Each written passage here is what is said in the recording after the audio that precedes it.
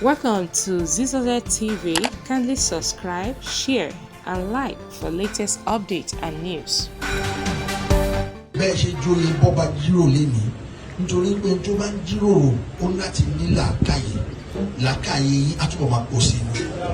Àdìpẹ̀lẹ̀ oore tí atare ń dì Ọlọ́run Olódùmarè a tún jẹ́ kí àdìpẹ̀lẹ̀ oore kó bá yín ẹbí ẹ̀ ní ṣiṣẹ́ ẹ̀ ní ṣìjẹ ẹ̀ ní ṣìwé ẹ̀ ní ṣìlẹ̀tẹ̀ ẹ̀ ní ṣìfọ̀ gbogbo ayé ò ní lù fún níjó. Hi guys, I've got a gist for you. I want you to watch this. Yes, as Ooni of Ife Ojaja Yeye Ogunwusi prays for the newly installed Aare Bobajiro and Yeye Bobajiro of Ikate Elegushi Kingdom.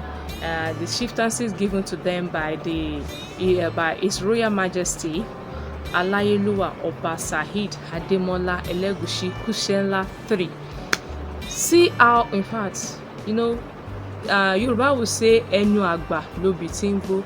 Just watch this and see how His Royal Majesty, the Ooni of Ife Oba Adeyeye Ogunwusi pray for these people for their chieftaincy title. We pray that Oyamorio. And congratulations to you both. Fífún yín àtọmọtọmọ, a fífún yín nínú ẹbí yín, a fífún yín gbogbo àdáwọ́lé yín, iṣẹ́ yín ò ní díṣẹ́ mọ́ lọ́wọ́.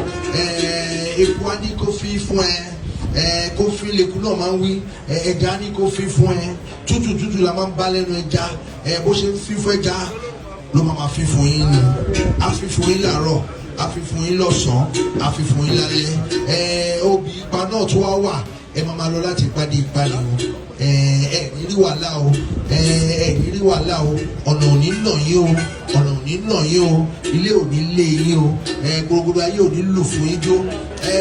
Ọtí náà tó wá wà, ọtí mọ̀rọ̀ gúnlẹ̀, àwọn ọlọ́fin Oòduà àtẹ̀wọ̀n ló ń ṣe, Oòduà onílẹ̀gbẹ́jì, àmùjí kùtù wẹ̀, àwẹ̀ rírí jagun, ó bá iná jà ó dáná, ó bá òrùn jà ó dóòrùn, ó bá pàǹkà lórí omi ó tẹ̀rì, ọba ìgbàlà lórúkọ tá à ń pè Oòduà àtẹ̀wọ̀n. Ibẹ̀ ni gbogbo wa ti ṣẹ̀ jáde.